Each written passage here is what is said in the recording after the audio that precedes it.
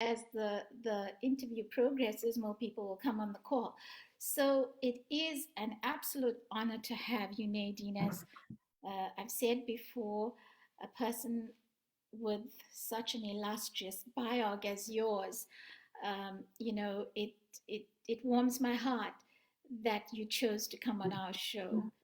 Oh, It is it's my indeed. great pleasure. Thank you. And I do thank Rodney for this friendship. He has brought many good friends into our lives and very prominent people as well, like yourself and Jerry. So I thank him. And I do know that Rodney and Jerry bike in Switzerland. They That, bike everywhere in the world. yeah. Does, does Jerry also carry his bike with him when he's traveling? He used to, but now he just rents a bike wherever he goes. Okay, great, great. So let's start with my very first question. This is part of the surprise, but as I said, I had to go deep into researching your life because it is so extensive, you know, and so I went really deep. And well, this question is about your life as a young girl. How does a young girl who leaves home before she turns 16 and pretends that she is 27 get to become the Nadine hack that we all know today? Um, well, I've always been a bridge builder and a connector. When I was very young, my bubby, which is Yiddish for grandmother, taught me that when I went to the bakery, I should ask for the price of today's bread and yesterday's bread. And then I should buy yesterday's bread, and whatever pennies I saved, I should put them in the tzedakah box, which tzedakah means, well, it means charity, it means righteousness, but it's also just what it means to be human. For And that money we would use to give to people who were less fortunate than us. And although we lived quite modestly as an intergenerational family in an apartment building with my grandparents who escaped the Tsarist pogroms with my oldest uncle, I learned that charity and compassion for others were not things that you waited to do until you were well off. And that whatever our unique circumstances, we always have a sacred obligation to help others.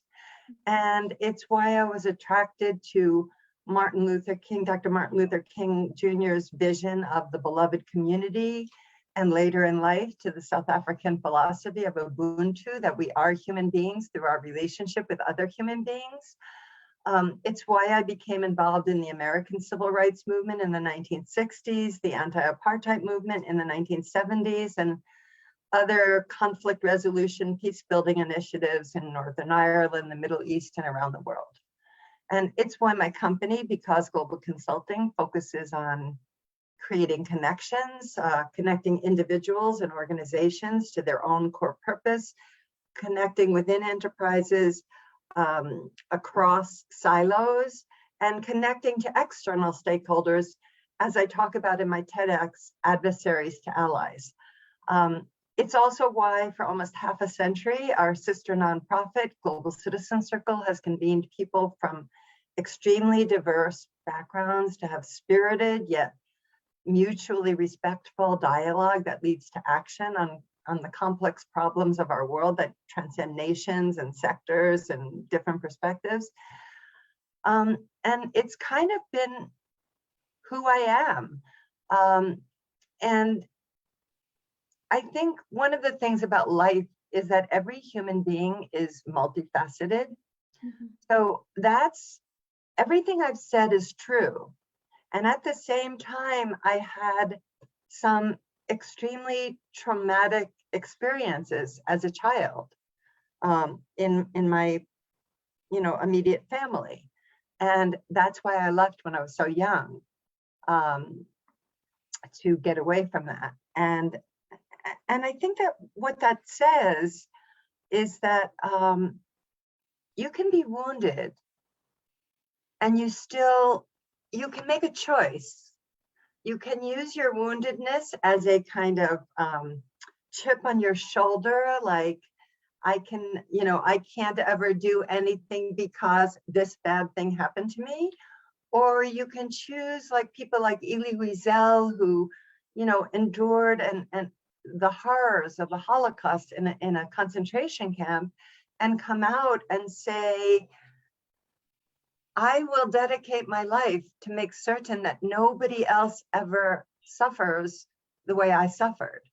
And I will stand witness to anybody who's suffering anywhere. Another one of the things that he said was, I'm paraphrasing here because I don't have the quote in front of me, but he said, as bad as the perpetrators of the crime, it's even worse the people who stood by and did nothing.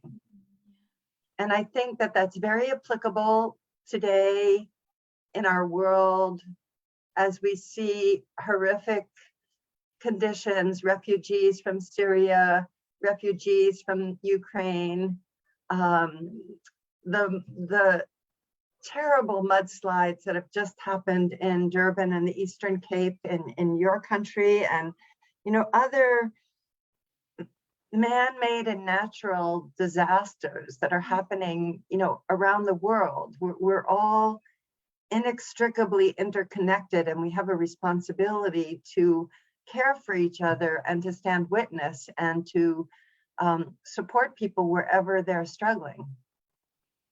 Absolutely. Thank you, Nadine. That was beautifully answered.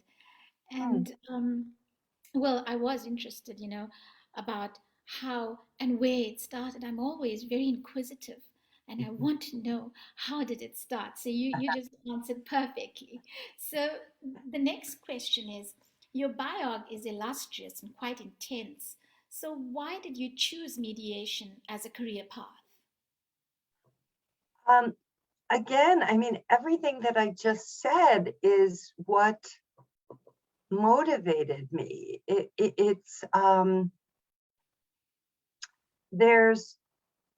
I've just had this sense of interconnectedness from when I was very young. I'll tell you another early story. I mean, I was like 6 years old. I was in Hebrew school, and the teacher was teaching about Rosh Hashanah, Yom Kippur, the Jewish high holy days. And the basic short version of it, which is what she was teaching us 6-year-olds, is God writes in the book of life on Rosh Hashanah, the head of the start of the year. Mm-hmm. And then there are 10 days of prayer and repentance where you're obligated to, forgive those who have trespassed against you. Old Testament, New Testament, same story, golden rule, treat others the way you would like to be treated. You're supposed to kind of repent for anything bad that you've done. And depending upon what you do during those 10 days, whatever God wrote, and it's a kind of karmic principle, what God writes in the book of life is based on your prior year. So if you didn't good, if you're naughty or nice, and and it can be changed during those 10 years. And then on Yom Kippur, the book is sealed. Mm-hmm. It's a very, holy day of prayer and fasting and repentance. And so I raised my hand and I asked the teacher, well, what about the Gentiles? Because at that moment in my life, all I know is Jew and Gentile. I don't even know the different denominations of Christianity. I certainly don't know about Muslims and Hindus and Buddhists and people of other faith-based traditions. So I said, what about the Gentiles? They don't know that what they're supposed to be doing. And it's not their fault. They shouldn't be judged. Does God judge everybody? And she says, of course he judges everybody. And I said, but that's not fair. And she and her answer to me was, Natana, that's my Hebrew name. Oh, wow. Natana, I love it. When people call me Natana, it brings me back to a very primal place. Beautiful. But don't worry about that. We're the chosen people. And I found that answer. My 6-year-old self found that answer so profoundly disturbing that during the 10 days, my childlike prayer was, God, I'm praying for all the Gentile families in the world because they don't know what they're supposed to be doing. So it's not their fault. You can't judge them badly because they don't know. The Jewish families are fine. They know what they're supposed to be doing. They're doing it, but take care of the Gentiles. So where did that come from? Like, in some way, yes, it was, what I was taught by my bubby and my tradition, my faith-based tradition. But in other ways, I just think it's how my soul came into the world, that I felt a bond to people who were different than me. I felt a responsibility to care for them, and so mediation, reconciliation, bringing different types of people together to work through problems is a natural outgrowth of that very early motivation to be really part of one human family, which has been my kind of guiding principle for my entire life. I think that's an important point you made there, because you started out as a child, and it's important to note that what we teach our children and what we taught as children will carry us Absolutely. forward in life, into our calling, into our purpose. And I'm amazed, but also it does resonate with me, because I think I've had similar teaching in my own life as a child and where I am right now. So I do have that understanding of where you're coming from. So the activism, Nadine, I'm always interested in, well, whenever I'm in the presence of an activist, it's, how did it start? So I did hear that, and I'm very much in awe that you worked with Shirley Chisholm, the first Black woman elected to the United States Congress. And so Shirley Chisholm said, if they don't give you a seat at the table, Bring a folding chair. Nadine, is this where the activism began in your life? Well, I was already active. I became active at a very young age, really in my, like, before I was 12. Mm-hmm. I was doing community organizing, and I became, in 1964, when Shirley Chisholm had her first New York State Assembly race, before she ran for Congress, before she ran for President of the United States. I volunteered on her New York State Assembly race. And at this very same time, I also worked with a woman named Bella Abzug, who was, like Shirley, very active, and I worked with her at Women's Strike for Peace. Mm-hmm. And I'm just very blessed to have had two such extraordinary mentors at a young age who taught me that issues of racism, sexism, classism, militarism are all inextricably interconnected, that you can't fight one in the absence of fighting the others, kind of what today's young organizers called intersectionality. Mm-hmm. Mm-hmm. They were very prescient and they infused me with, I was already like prone toward believing that way, but they infused me with a practical, concrete way of making certain that I was, working in coalition with others and encouraging people to work in coalition rather than in their separated silos on their issues. Because, the other issues that were present then in the early 60s, environmental degradation, are exactly the same issues that we're dealing with today: climate change issues, global pandemics. Well, perhaps we didn't have that exactly at that time, although polio was still, wasn't really eradicated in the US until the 1950s, and not eradicated in India until fairly recently. Growing economic disparity and political instability, and the right-wing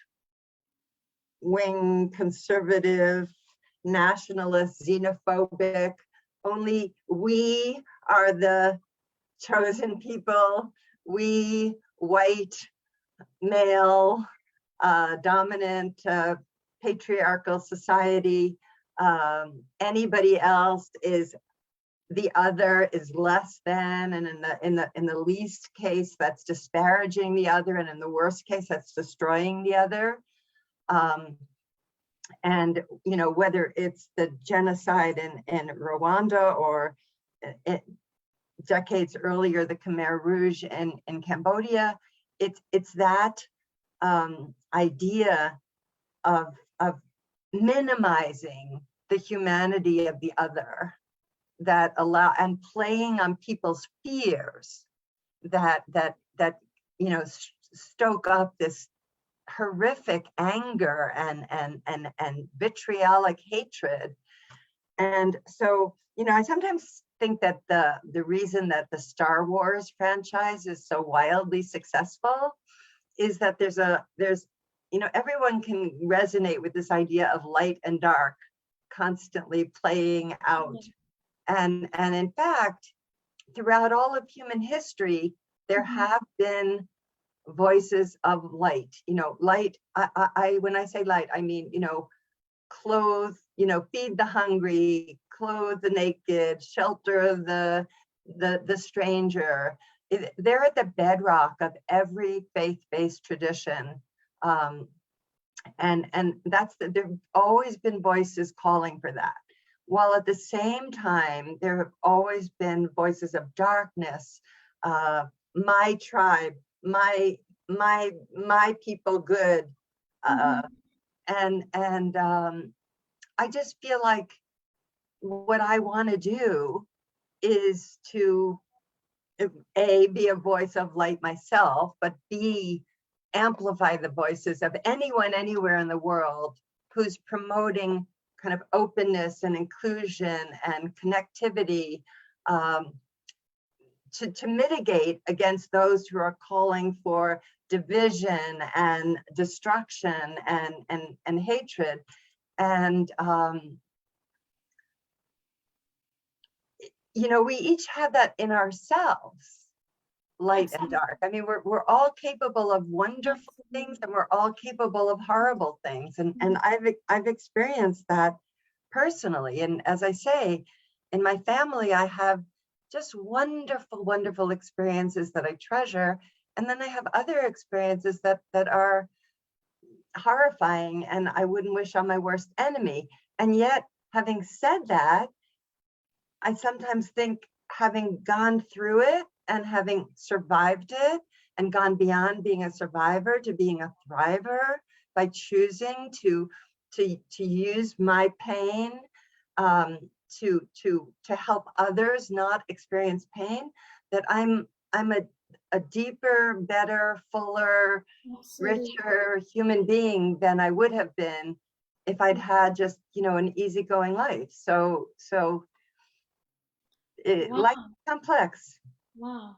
And now I understand the parallel of how you could work with someone like Madiba.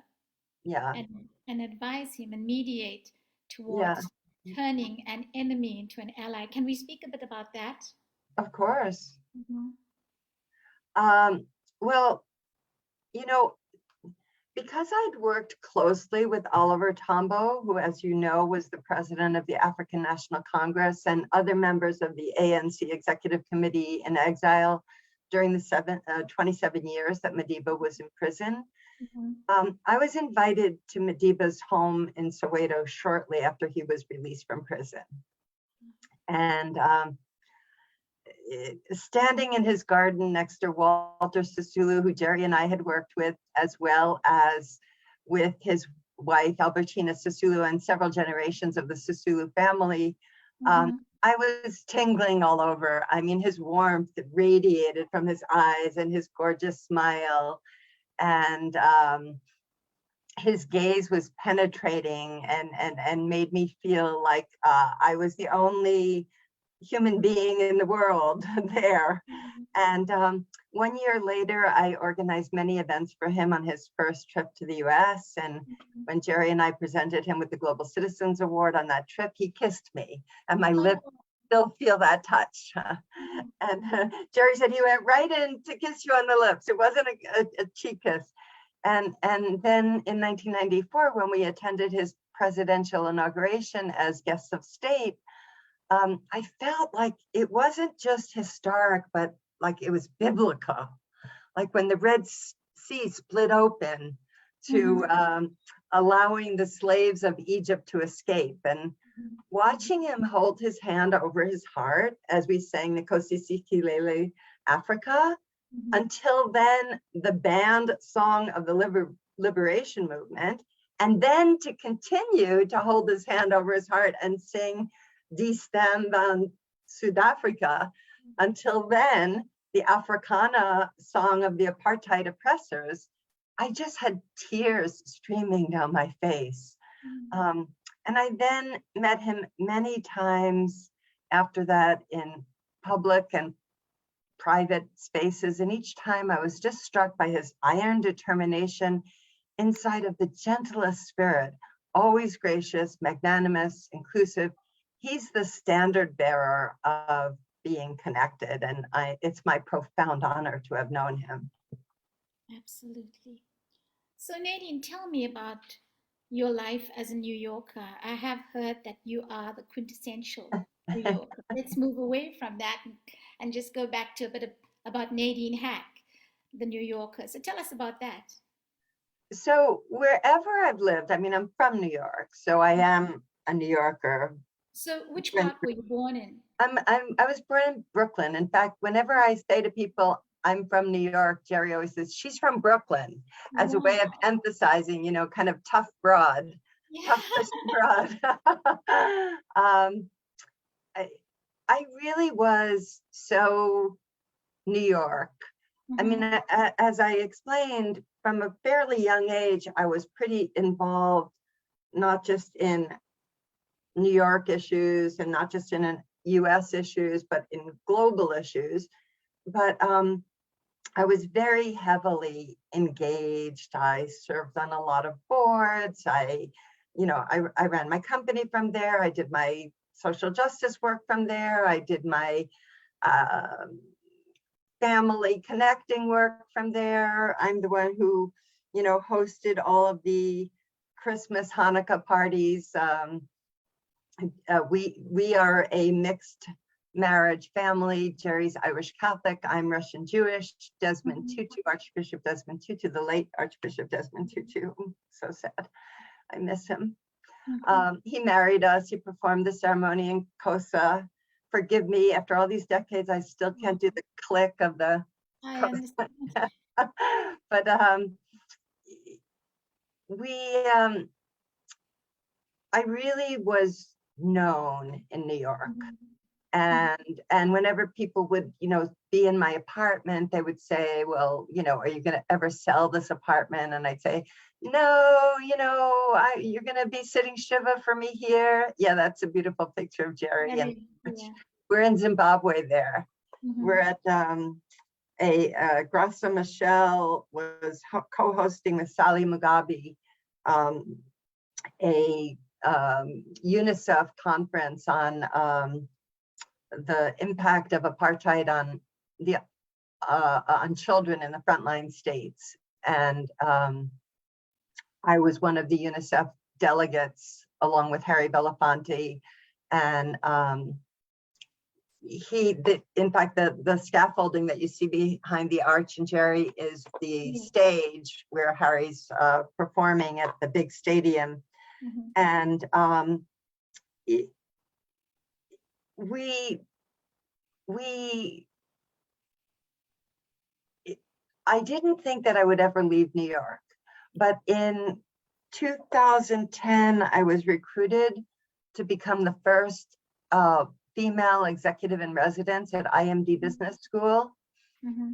and specifically to focus on responsible leadership and all its subcomponents, corporate social responsibility, Mm-hmm. sustainability, diversity and inclusion, uh, environmental, social, and governance issues, human rights, of course. And we ended up in this tiny little village. I'm looking out the window at it, a UNESCO heritage site protected medieval wine village on Lake Geneva, surrounded by the French Alps, which I can see out my window, and the Swiss Alps, which are behind me. And we came for the post, and we stayed for the beauty of the region. Wow. It's just incredible. And initially my friends were really shocked. Like, I can't, I mean, there's as many people in my village as lives on my block in New York. It's just amazing. It's like such a different situation. And yet, in the same way that I talked about, how multifaceted we are, I also think that human beings go through different biorhythms in their life, and that they, at different times, choose different things. I lived on a feminist collective in New Mexico in 1970. I mean, there's just so many different, I have so many different phases and stages of my life, from a feminist collective in New Mexico to executive in residence at what the Financial Times ranks as the leading executive education business school in the world, and a lot of meandering in between. But again, always with this golden thread of connecting people. And so I love where we live now. I feel grateful to be here. I feel blessed every day. I when I go back to New York, it's like putting a hand in a glove. I'm Fitting. you know what I mean? I get my Metro card. I buy my tickets. I know how to get $25 tickets for the American Ballet Theater, for jazz at Lincoln Center. I really know how to navigate around New York, and I love it. I love walking down the street and hearing the Afro-Cuban band performing and seeing the break dancers performing, and I feel really comfortable. But I'm not saying, oh, I wish I lived here, I miss this. I'm just saying I'm really comfortable here. I really love coming here, and then I come home here. And You I have, adapt. You just adapt. You yeah. just adapt. You fit in. That does have, it does resonate with me in the sense that I have a similar life, because I'm not in the city where I was born. You know, most of the people I grew up with are not around me. I am in my own country, but practically in a strange land. But I adapt just like you do. You just fit Mhm, in. And when mhm, you understand your purpose in a specific way, it's a different mhm. understanding of life. And just like when I go to New York, if I'm on exhibition or doing something with Gavin, and we also love jazz at Lincoln Center, by the way, it's one of my favorite things to do. And we saw Benny Golson perform there in 2006, 2007. Oh, And it was such an experience for the two of us. And that you mentioned it, I just wish I knew you then, because you could have taken me to the ballet at $25. It's so expensive. So Nadine, that sounds amazing. And it's wonderful that someone with such an earthy, down to down to earth perspective of life has reached such heights in life. I mean, I've gone through your biog, and I've gone through the various writings about you. I mean, there should be a book, a memoir about your life, and it should be.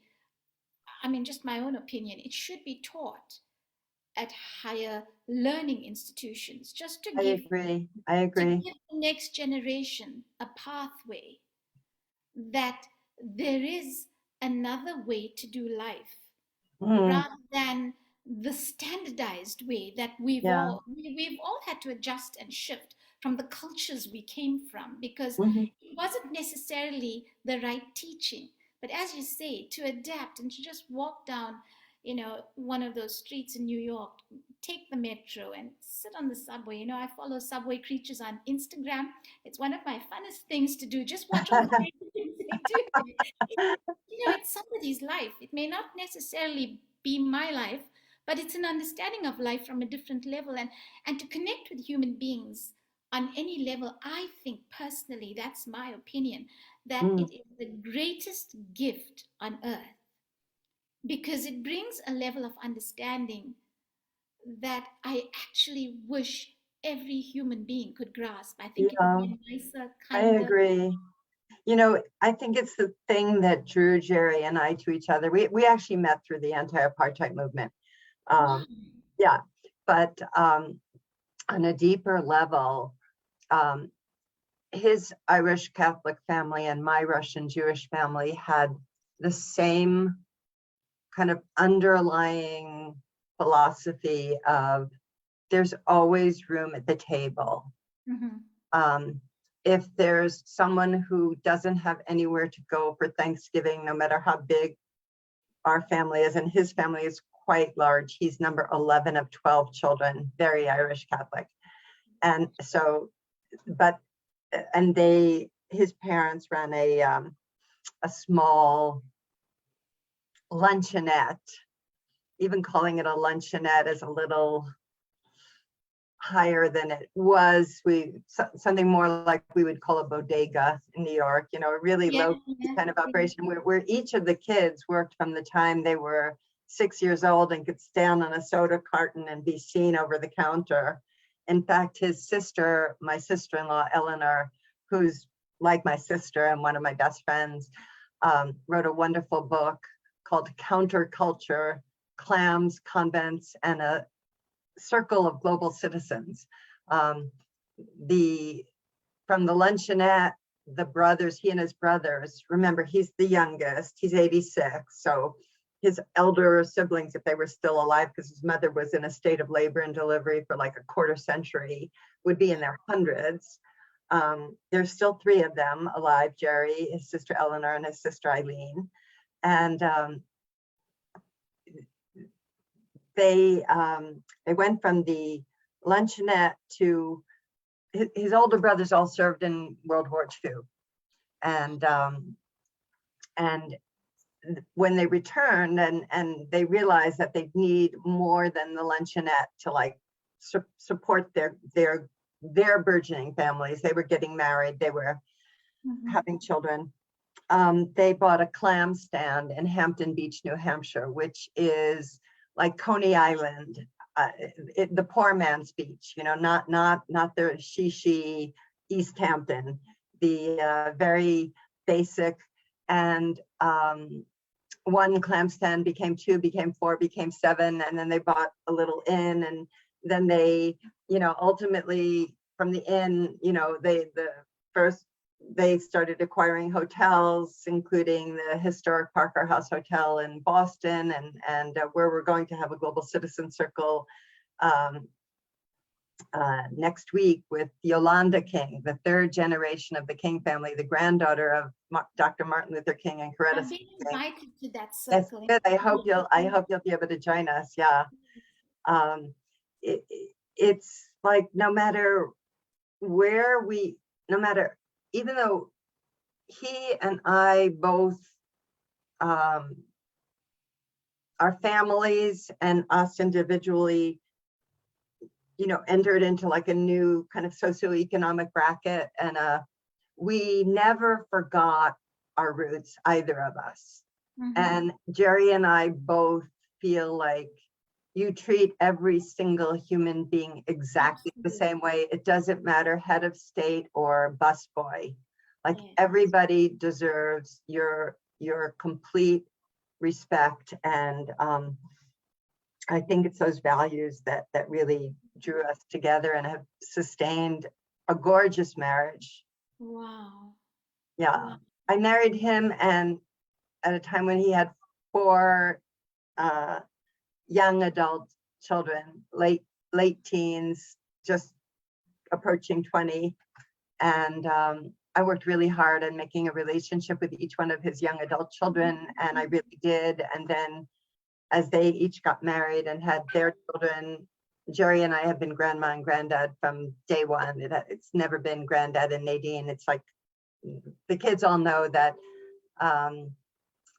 Jerry would not have been outside the delivery room if it was not for me. And I worked really hard at That's beautiful, Nadine. yeah. I That's have a beautiful. very African view of family. It's like these are, I love that. And that intense involvement, that's so important. That's so important to be that yeah, way with your family. It's very yeah, important. yeah. And In so fact, I that's a big part of, I could never have made this relocation and been an Mhm, expat now for 12 years mhm. at an earlier stage. Remember, so from my age, I'm in my 70s. Most people my age, their grandkids are like 10, 11, 12. But my Yeah. grandkids are 31, 29, 28, 27, You and 24. Jerry have a 15-year age gap, right? Yes. See, I've been delving a bit, so I found out that. Yeah. So how does that work for you? There's no problem. Whatever he has on me chronologically, I have on him experientially. So we've always been peers. There's nothing January, June about our relationship. Would you call the two of you a power couple? The pictures look like you are. So, That's so funny that you say that, a power couple. I would yeah. never have thought that.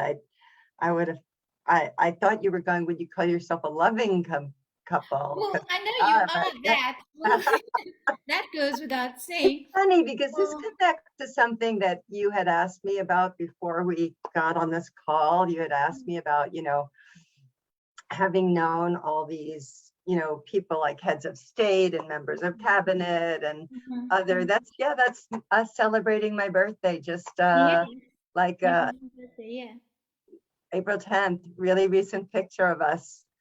it's beautiful, and I You love his did do your shirt. homework. Yeah, I have been, and I love his shirt, and I just think it's this picture spoke a lot to me. I did say this to you when I messaged you on Facebook, and I said, this picture speaks of a lot of love because to me, it's not just a photograph. I'll see everything in it, every detail of Yeah, it. yeah, yeah, And there's a lot of love here. It reminds me yeah. of a lot of what Gavin and I have.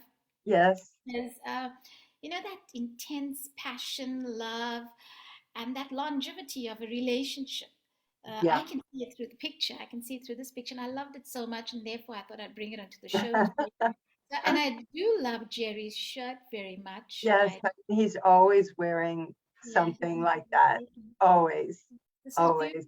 absolutely beautiful. He he feels like it's important for him, Hmm. you know, even when we're in this kind of idyllic Hmm. location, as he's moving around, to be making a political and social statement and to engage people in dialogue, which he does all the time. And um, even people, we live in the French speaking part of Switzerland, and Yes. I do speak French, Hmm. so I Hmm. can converse, but he doesn't speak.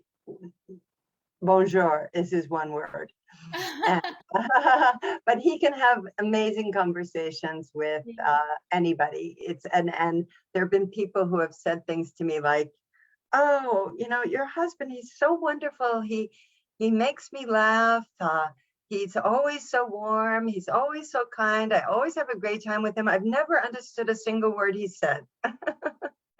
But it's just his vibration and his energy is saying, "I That's care about awesome. you." And I always tell the story about the time I had to travel to Texas with two Afrikaans girls. They're very good friends of mine, and they were very well. They spoke proper Afrikaans. Mine mhm, is a little bit fractured. So we did this trip together, the three of us, because I was going to record the graduation of the one girl in the US in Texas. She was doing a dance graduation, and I was going across to photograph. The entire trip, they spoke in Afrikaans. I answered them in English, and people who encountered us thought we were crazy because there's that level of understanding. It's just, Gavin and I once had Macedonian neighbors, and they would speak in their language. I pick up languages very quickly, so I did learn a few words, But there were times they would speak as a family at the dinner table, because we did a lot of dinners with this couple and their children. And I would know exactly what they were saying and they'd be amazed. But it is, as you say, as human beings, we have Yes. that tool of understanding each other. And I think Yeah. as a creative, I'm never just looking at the surface, you know. It's like your picture I looked at just now, that Yeah. picture. Thank you. But to go back to that, when you called us a power couple, um, Mm-hmm. people often ask us like how we know all these world famous people. Mm-hmm. And whenever they ask that, we explain that we met them when they were unknown activists toiling in obscurity. For example, Johnny McAteeney, who headed the international arm of the African National Congress and worked around the clock connecting global activists. Like if I got a call at 3 a.m., I knew it would be Johnny at the other end because he had no sense of time zones. Um, it's it's it's why Global Citizen Circle invited then Harvard Law School student Barack Obama to a 1991 circle in Boston. Mm-hmm. Mm-hmm. It's why we continue to highlight not just world-renowned leaders, but like Nobel Peace Laureates, but also ordinary people doing extraordinary things, like Luanda Kamazumza, who, by the way, is from Durban. So I've been in touch with him and other people, other friends of ours from the area to make sure that they're safe and their families are safe. But as a teenage neighbor of Steve Biko, he became involved in the Black consciousness movement. Mm-hmm. And when Luanda asked a provocative question of then US CIA Director William Webster at a 1989 circle, he told us that us giving him that platform, like all voices are equal in a circle, gave him a powerful sense of agency. And it was him who, as a grassroots activist, nominated Jerry to receive the 2008 Grand Companions of O.R. Tambo Award. And it's why I'm writing a book, The Power of Connectedness, with a foreword by the late Archbishop Desmond Tutu, who also was Global Citizen Circle honorary chair right up until his death, and who we communicated with blessedly shortly before his death, and who we visited at his home just a few years ago when we were last in South Africa. So, I kind of think of it as a long relay race for freedom. And like Moses, who didn't get to see the promised land, I have this obligation, a sacred one, to carry the torch forward. Sometimes standing next to giants like Coretta Scott King, and other times, or here with this picture you have of us at the first St. Patrick's Day after Obama was inaugurated, which, by the way, again, I said earlier, we first connected to him when he was a law student in 1991. And then we supported his US Senate primary campaign in 2004 before he gave the famous speech at the Democratic Convention, which made him like, a global superstar. But, sometimes with giants and sometimes with young demonstrators who, like I was doing in the 60s with Shirley Chisholm and Bella Abzug, are now demonstrating because they believe in their power. And when I was like them in the 1960s, I thought we were going to change the world right then and there. It was a sprint. And then by the 1980s, I began to see it as a marathon. I had to pace myself for the long haul. And by the 2000s, I realized I'm a part of a long chain of people working for a better world that stretches far back. Chief Lituli, Harriet Tubman, people who paved a path so that I could do what I'm doing, and extends far into the future. And I'm part of that chain, and we're intergenerationally connected. We're cross-sectorally connected. It's what makes progress forward, and progress is never a linear line. It's always, there's dips, Yeah. and Yeah. right now we're going through a fairly dark time of divisiveness and in our world, and kind of xenophobic, nationalistic crimes against humanity being committed. It's it's the It's tiring, it's depressing. but to keep ourselves going, I mean, I'm often asked, like, wow, you have so much energy for someone your age, and Jerry the same thing. I mean, even more so.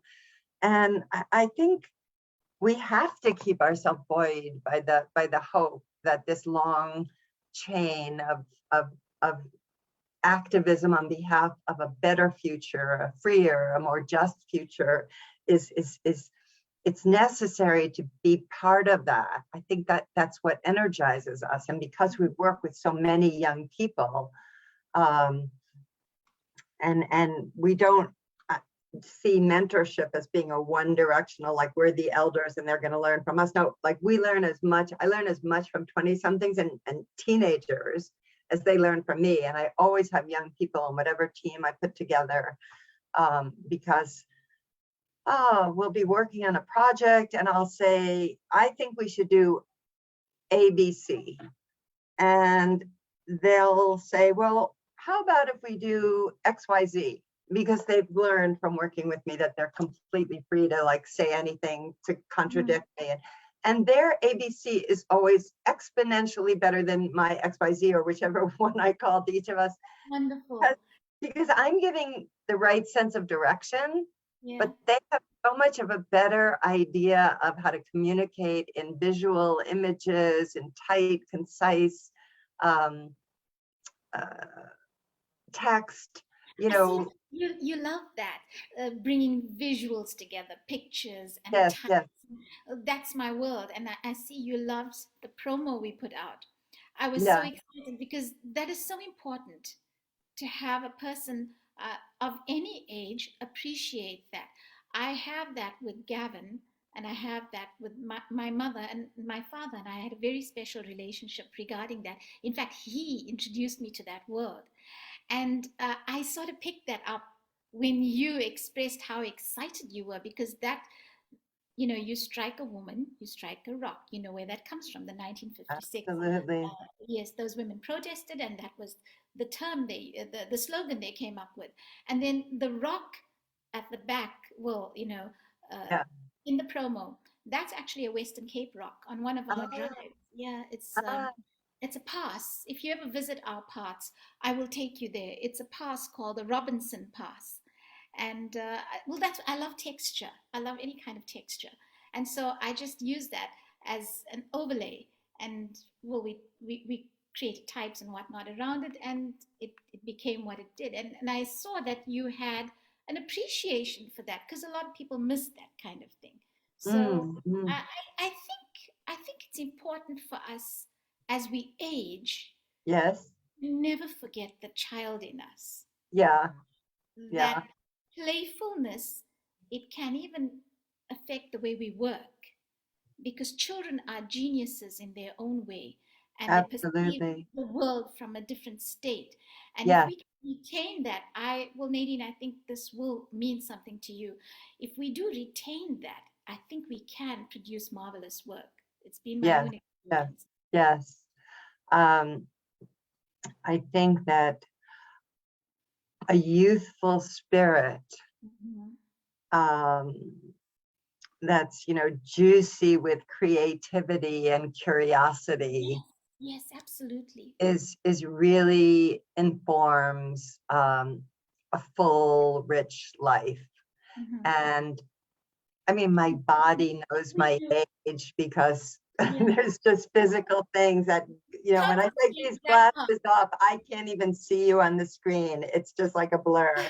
So, there's different things that you lose physically, but the joie de vivre that you can hold on to That should never go. can make you feel very youthful and act very youthful. And I think that stimulates the brain to produce unusual outputs. And then when you add technology to it, because that's what you taught at NYU, you taught the internet, you brought a lot of tech into that course that you created. So can you tell me a little about that before we say goodbye? Yeah, sure. So it's interesting because I've always taught at the same time that I've worked professionally, at the same time that I've done my social justice work. So here in Switzerland, I have my company, I have, because Global Consulting, I have Global Citizen Circle because that's global. I have, and I teach at IMD, I lead programs, I facilitate intensive executive coaching for senior leaders and deep dives for teams. And when I was based out of New York, and I had because, and I had all my different Global Citizen Circle and all the other boards and social activities, I taught a grad course at NYU. And each segment was on a different piece. It was a grad course on global development. And so I had one segment on utilizing the internet. And I brought in, for each segment, I would bring in experts in that field and set up a kind of panel in front of the classroom. And they would each present for a little bit of time. And then I would facilitate an engaged dialogue with the students, because I find that engaging rather than broadcasting is a better way to learn, that when people participate in the conversation, they actually learn more than just listening to it. So I got to this part where I said, okay, now today's class is about utilizing the internet. And this is pre-social media. This is this is like barely email days, this is, but utilizing the internet is a way to amplify your voice, even if you're running a small NGO in Maputo, Mozambique. And here are the people who are going to tell you how to do it. And then I heard myself say that, and I thought, okay, Nadine, you've always been a walk the walk, not just talk the talk. And here you are telling all your clients and all your grad students to use the internet, and you're not using it. So you better, hop on the train. And given my age, I'm certainly not a digital native, so it didn't come naturally. I had to, force myself to get on each platform. When the young people in my office would say, oh, Nadine, you should be blogging, I was like, oh, I'm already doing so many things. And then they say, no, it's just like typing a letter or an email or anything else. You're just doing it in another space, and it's really simple. And so when I went to Liberia for an International Women's Colloquial as a guest of then President Ellen Johnson Sirleaf, I decided, they taught me how to blog, and I did my first post from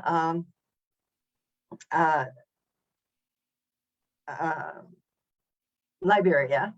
And yay, that's good. yes, and the first line was, I am a blog virgin, and this is my first time. So which year was this? So, and once I started engaging, oh my God, I realized that what I had been doing in real life, in terms of always looking for ways to bring disparate people together and or to bring like-minded people together, I could do that on steroids, on that through engaging on Facebook and LinkedIn and Twitter and Instagram, one after the other, I created accounts.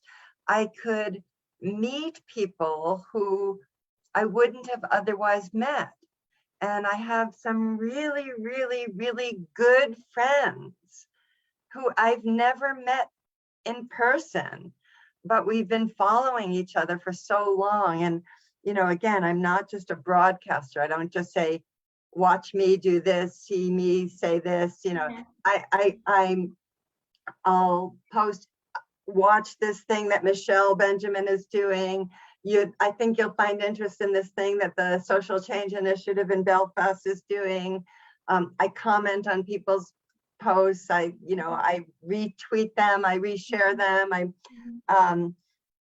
And in doing that, I have learned that there's so much potential. I mean, we also have seen recently that there's potential for spreading hatred and misinformation, and I think that there has to be some way to balance freedom of speech and freedom of expression with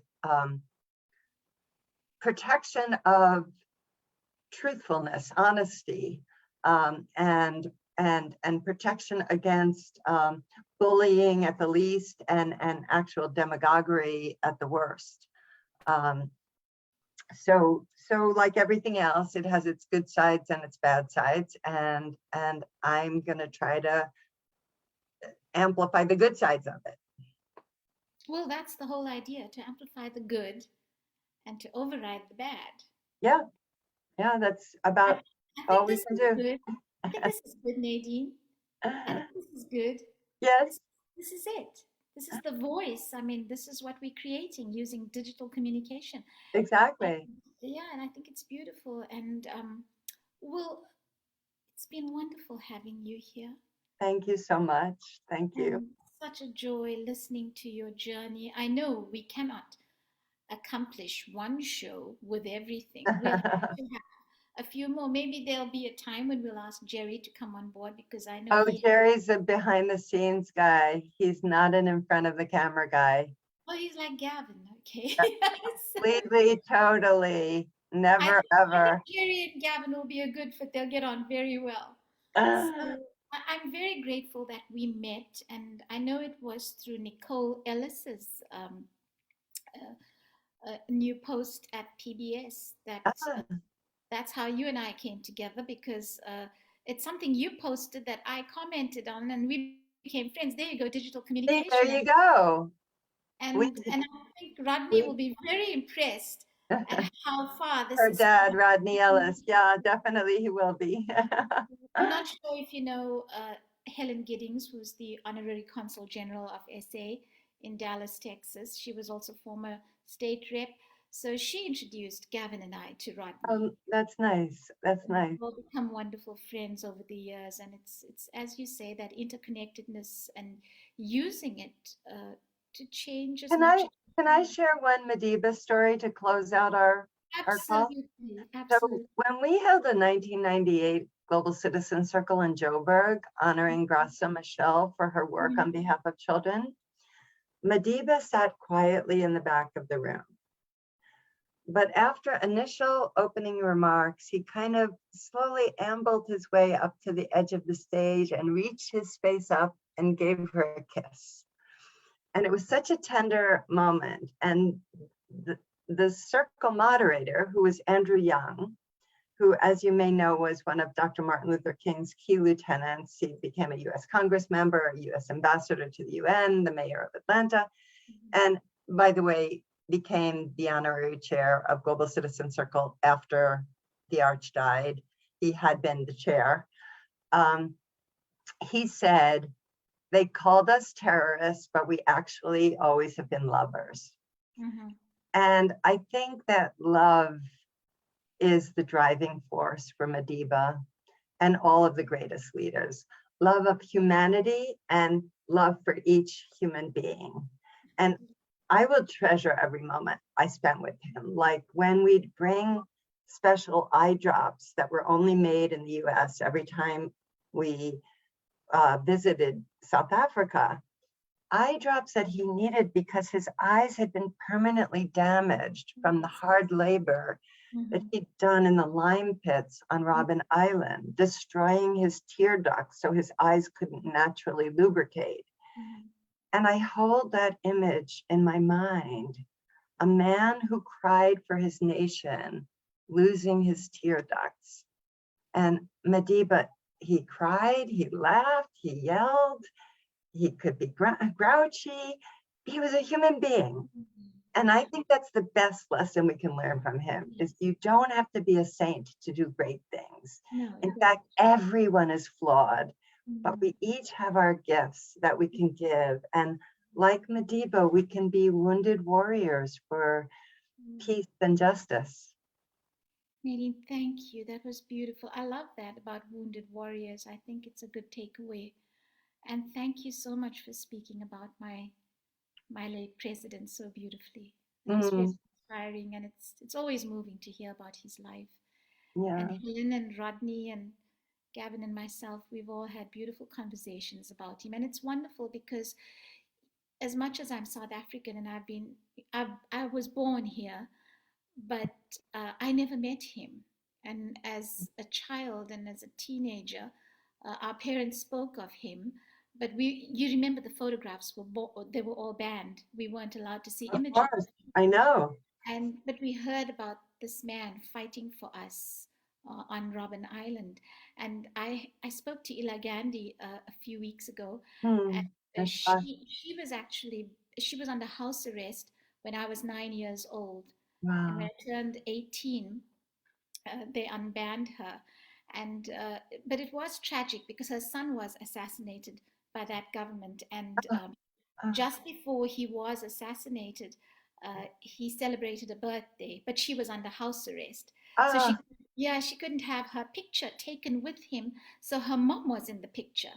And on the day we had the call, somebody sent Ela that photograph. ah, And she was just relaying that incident about his last birthday, and her mother was in the picture because she was under house arrest. So those were hard days. And Nadine, I want to personally thank you on behalf of all my South Africans, because my spectrum of brothers and sisters as a South African woman, it is diverse. And for me, that is the ultimate part of my life's miracle, because we were separated practically by one road sometimes, but we were separated. We couldn't intermarry. We couldn't, well, you know how it was. You know everything because you were in the fight for us.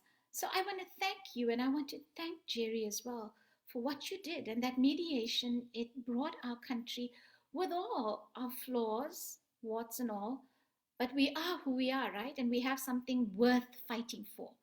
So thank absolutely. you. And thank you for your beautiful self and what you do and how you do it. And God bless you. God bless you, Nadine. Love God and bless light you, to you, Michelle. Sherry. Bye Thank bye. you. Bye bye. Thanks, And Nadine. Thanks, Gavin. In the background, like Jerry.